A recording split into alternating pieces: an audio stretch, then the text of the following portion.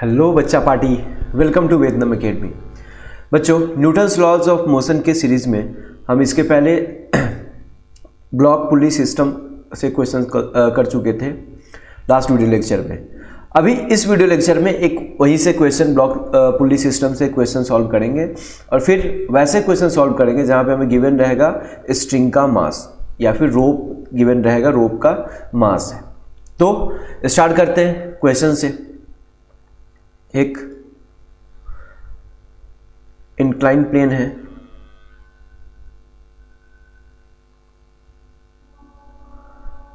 यहाँ पे एक ब्लॉक है। ब्लॉक का मास मान लेते हैं ये 10 kg का ब्लॉक है। ये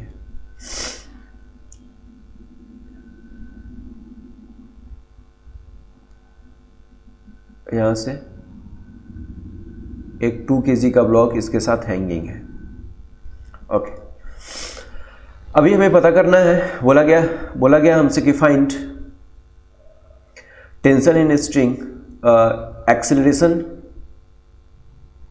of 10 kg block and tension in string.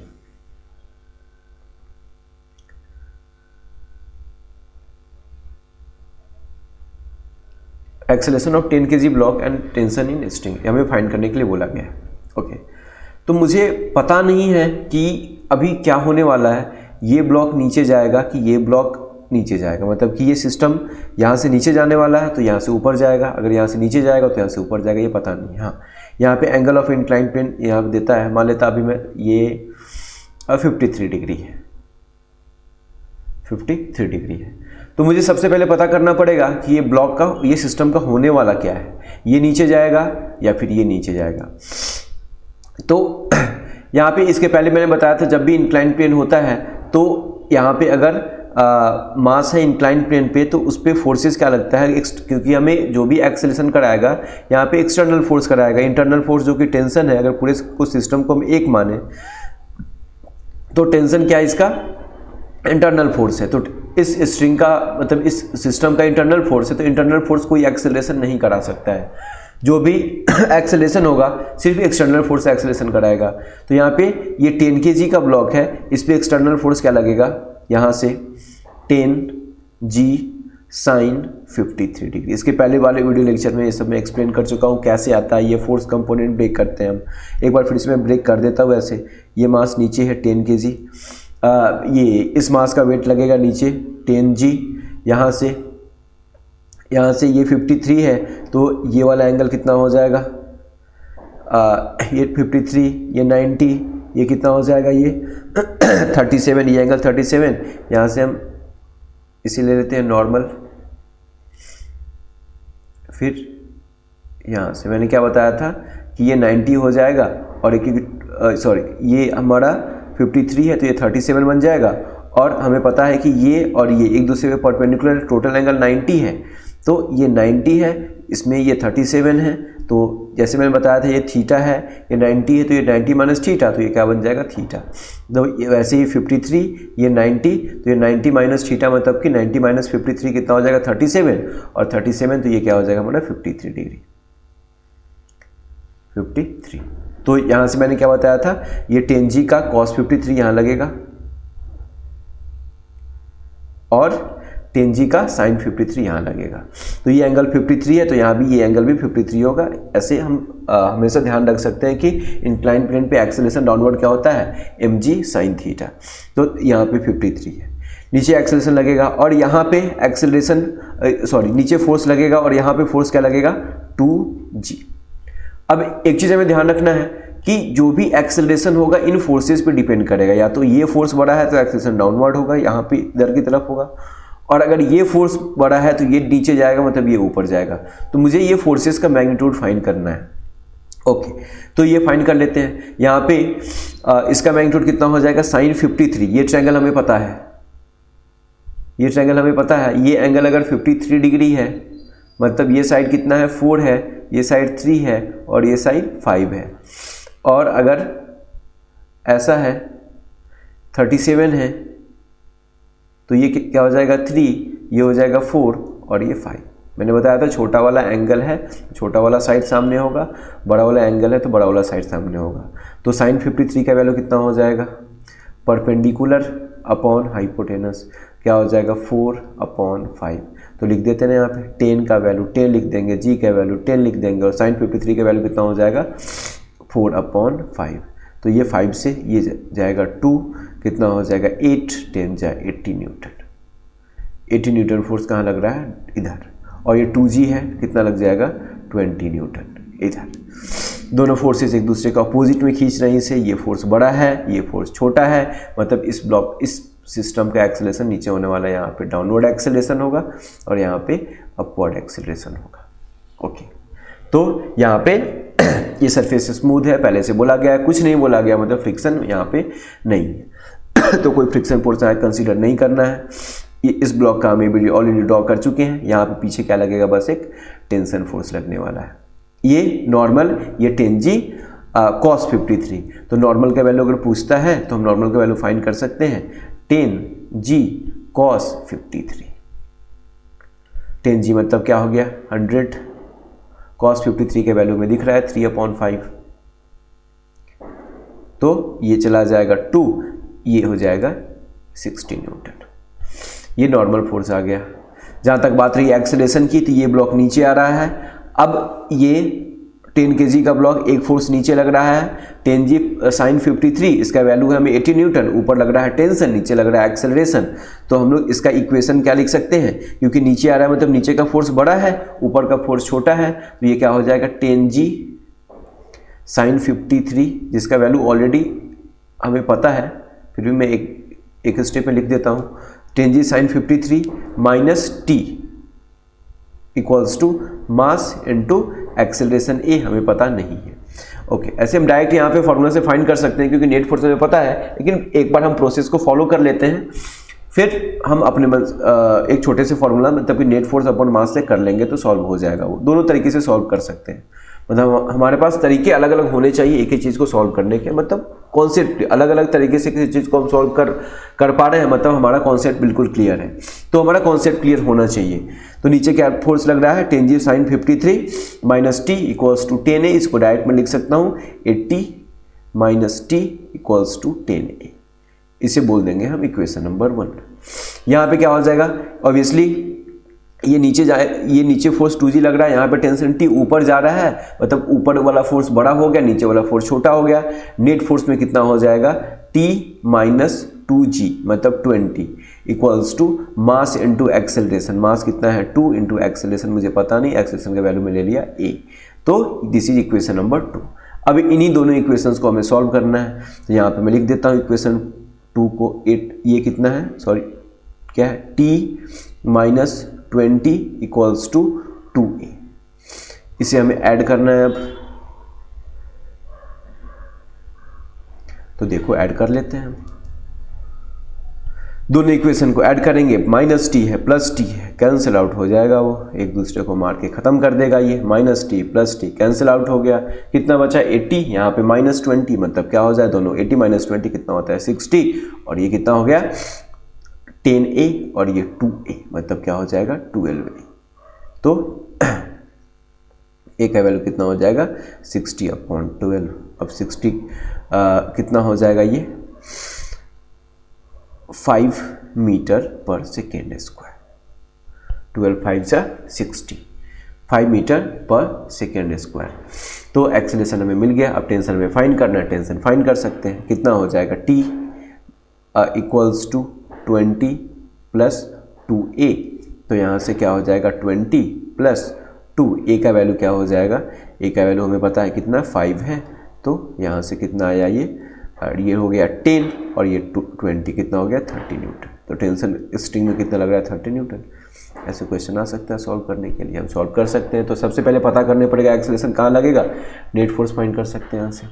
Okay, यहाँ से हम डायरेक्ट एक्सेलरेशन भी फाइंड कर सकते थे, इस इक्वेशन को सॉल्व ना करके। एक्सेलरेशन क्या होता है net force upon total mass. Net force में कितना हो जाएगा 10G sin 53 कितना होता है 80, सॉल्व कर चुके हैं हम। और क्योंकि ये नीचे खींच रहा है तो ये ऊपर खींच रहा है, इसके कारण ये अपोजिंग फोर्स है, दोनों एक दूसरे का अपोजिंग फोर्स है, इसलिए क्या हो जाएगा, ये नीचे का फोर्स 80 ऊपर का, और ये अपोज कर रहा है इसलिए क्या हो जाएगा -20 upon total mass. Total mass इसके पहले वाले वीडियो लेक्चर्स में भी जो भी क्वेश्चन मैंने कराया है दोनों मेथड से मैंने बताया। एक्सेलरेशन डायरेक्ट हम फाइंड कर सकते हैं net force upon total mass, ये क्योंकि दोनों एक दूसरे का अपोजिंग फोर्स है इसलिए 80 - 20 हो जाएगा। टोटल मास कितना हो जाएगा 12, तो कितना हो जाएगा ये एक्सेलरेशन इक्वल्स टू, डायरेक्ट हम यहाँ से सॉल्व कर सकते हैं बिना इतना इक्वेशन सॉल्व किए ही डायरेक्ट हम लिख सकते थे 80 - 20 कितना हो जाएगा, दिस इज 60 अपॉन 12 कितना हो जाएगा 5 मीटर पर सेकेंड स्क्वायर। तो हमें दोनों प्रोसेस समझ के रखना है, अगर यहाँ से बन गया तो अच्छी बात है, नहीं तो यहाँ से सॉल्व करेंगे। तो मतलब दोनों तरीके से हमें समझ में अच्छी बात, दोनों अच्छी बात है, ऐसा नहीं यहाँ से सॉल्व करना तो अच्छी बात है, दोनों अच्छी बात है, बस हमें समझ में आना चाहिए दोनों तरीके से। ओके, तो ऐसे क्वेश्चंस हमें पूछे जाते हैं, खूब पूछे जाते हैं क्वेश्चंस, तो तरीका हमें समझ आना चाहिए। आगे बढ़ते हैं हम नेक्स्ट कॉन्सेप्ट पे। जब हमसे पूछा जाएगा कि अगर स्ट्रिंग के पास मास है, रोप है, अगर कोई रोप है हमारे पास, जैसे एक रोप है, ये सिलिंड्रिकल है, यहां पे फोर्स लग रहा है, इस एंड पे फोर्स लग रहा है 20 न्यूटन, इस एंड पे फोर्स लग रहा है मान लेता हूं मैं 5 न्यूटन। ओके, इस पूरे रोप का मास में मान लेता हूं 2 kg है, हेवी रोप है ये, और लेंथ है 2 मीटर।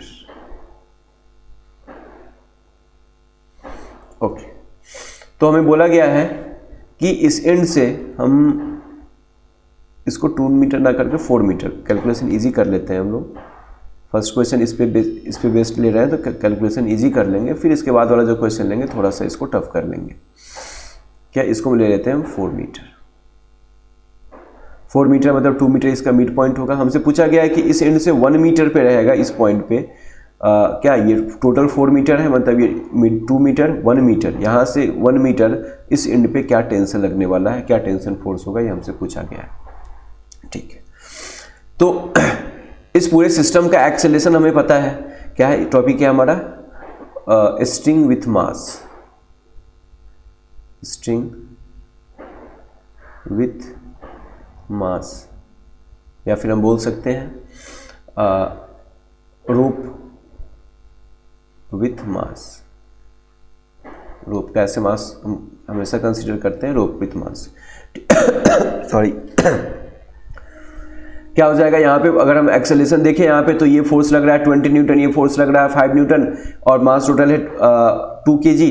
तो यहाँ से हम डायरेक्ट एक्सेलरेशन फाइंड कर सकते हैं, क्योंकि नेट एक्सटर्नल फोर्स में यही लग रहा है 20 - 5 upon total mass 2, net force upon mass कितना हो गया ये 15 अपॉन 2 मीटर पर सेकेंड स्क्वायर।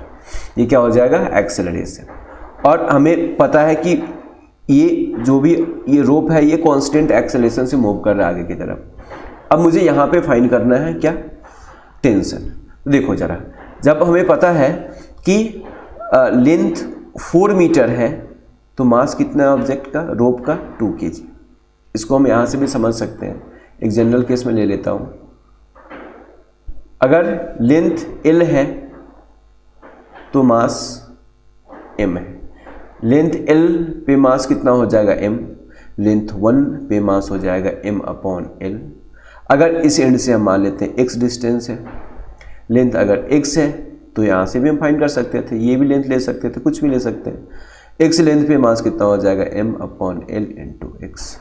तो हमें इस एंड का जो पार्ट जिसपे हमें फाइंड करना है उस पार्ट का हमें मास पता चल जाएगा। इसको क्या बोलते हैं, this is the linear mass density, linear mass density, ये हमारा लीनियर मास डेंसिटी। तो यहाँ पे हमें समझ में आता है 4 मीटर है 2 kg है, 1 मीटर हो जाएगा कितना हो जाएगा 2 अपॉन 4 kg। तो अगर 1 मीटर है तो मास कितना होने वाला है 2 अपॉन 4 मतलब 1 अपॉन 2 kg। ऐसे भी अगर यूनिफॉर्मली डिस्ट्रीब्यूटेड है, यहाँ पे क्वेश्चन में कुछ नहीं बोला है तो हम यूनिफॉर्मली मास क्या है, यूनिफॉर्मली डिस्ट्रीब्यूटेड ही कंसिडर करेंगे, यूनिफॉर्मली डिस्ट्रीब्यूटेड। हर जगह यूनिफॉर्मली डिस्ट्रीब्यूटेड है मास, तो मास हमारा यूनिफॉर्मली डिस्ट्रीब्यूटेड है, ले लेंगे हम। अब ये मास जो भी हमारा 1 मीटर, ऐसे भी कॉमन सेंस से भी समझ में आता है कि 4 मीटर पे मास 2 kg है, तो 1 मीटर पे मास 1 kg होगा, सॉरी 2 मीटर पे मास 1 kg होगा, तो 1 मीटर पे मास ½ kg होगा, यूनिफॉर्मली डिस्ट्रीब्यूटेड होगा। तो ऐसे भी यहाँ से भी कर सकते हैं, डायरेक्ट कॉमन सेंस से भी सॉल्व कर सकते हैं। मैं कॉमन सेंस इसलिए बार बार बताता हूँ कि हमारा प्रोसेस फास्ट होना ज़रूरी है। अगर हम चीज़ें ऐसे मैथमेटिकली साथ में अगर वो कॉमन सेंस से भी सीखते चले जाएंगे तो चीज़ें आसान हो जाएगी हमारे लिए।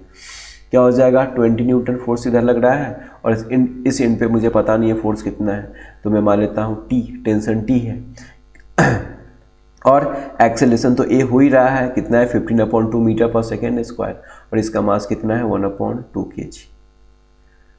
ओके, तो यहाँ पे हमें पता है, यहाँ से हम ये net force equals to mass into acceleration कर सकते हैं। नेट फोर्स कितना हो गया इसका 20 minus T, this is net force equals to mass कितना हो जाएगा 1/2 इंटू एक्सेलरेशन A का वैल्यू हम डाल सकते हैं 15/2। ओके, तो कितना हो जाएगा ये 20 माइनस T, ये फोर्स बड़ा रहेगा, 20 माइनस T इक्वल्स टू कितना हो जाएगा 15/4। तो यहाँ से हम लोग T के लिए सॉल्व करने जाएंगे तो क्या हो जाएगा, अगर हम सॉल्व कर दे डायरेक्ट तो क्या हो जाएगा, ये 4 से मल्टीप्लाई कर दें, 4 से मल्टीप्लाई करने के बाद कितना हो जाएगा 80 माइनस 40 इक्वल्स टू क्या हो जाएगा 15। यहाँ से जाएगा 80 माइनस 15 इक्वल्स टू 40, तो T का वैल्यू कितना हो जाएगा, ये दिस विल बी 65/4 न्यूटन। क्या हो जाएगा, टेंशन कितना हो जाएगा 65/4 न्यूटन। तो यहाँ से ब्लॉक का एक्सेलरेशन A है और क्या हो जाएगा 65/4, मतलब इसे सही तो है, हाँ, ये कितना हो जाएगा, अगर हम इसको डेसिमल में चेंज करें तो कितना हो जाएगा, ये हो गया 1 और ये हो जाएगा हमारा 2, मतलब 16.25 न्यूटन। ऑब्वियसली यहाँ पे ज़्यादा फोर्स है, धीरे धीरे फोर्स डिक्रीज करेगा, इस इन पे जाते जाते ये कम हो गया हमारे, जैसे जैसे दूर जाएंगे हमारा टेंशन फोर्स डिक्रीज करता जाएगा, तो 16.25 न्यूटन। ठीक है, तो ऐसे क्वेश्चन हमसे पूछते हैं, पता करना होता है हमें एक्सेलरेशन, बीच का किसी भी पॉइंट का टेंशन, तो हम लोग ऐसे क्वेश्चंस कर सकते हैं। नेक्स्ट वीडियो लेक्चर में इस पे क्वेश्चन फिर से करेंगे, फिर हम चले जाएंगे कांस्टेंट मोशन, जो कि सबसे इम्पोर्टेंट, सबसे मुश्किल भी बोलो इजी भी बोलो। अगर समझ आ गया तो सबसे आसान है, समझ नहीं आया तो सबसे मुश्किल है। वहीं से हमें न्यूटन्स लॉ ऑफ मोशन का हमें फ्यूचर डिसाइड होता है। अगर वो समझ में आ गया तो समझो कि न्यूटन्स लॉ ऑफ मोशन हमें समझ आया। बाकी मैकेनिक्स हमारे लिए इजी है, क्योंकि यही कॉन्सेप्ट यूज होते हैं फिर ये रोटेशनल मोशन में, वर्क पर एनर्जी में, ये SHM में यही क्वेश्चंस यूज होते हैं, जो हायर लेवल के क्वेश्चंस होते हैं, मूवेबल पुल्ली के क्वेश्चंस यूज होते हैं, कॉन्सेप्ट यूज होते हैं। तो चीज़ें हमें समझना जरूरी है। तो एक क्वेश्चन इस पे लेंगे, फिर हम चले जाएंगे कांस्टेंट मोशन पे। तो मिलते हैं हम लोग नेक्स्ट वीडियो लेक्चर में, तब तक के लिए आराम करो। Thank you so much.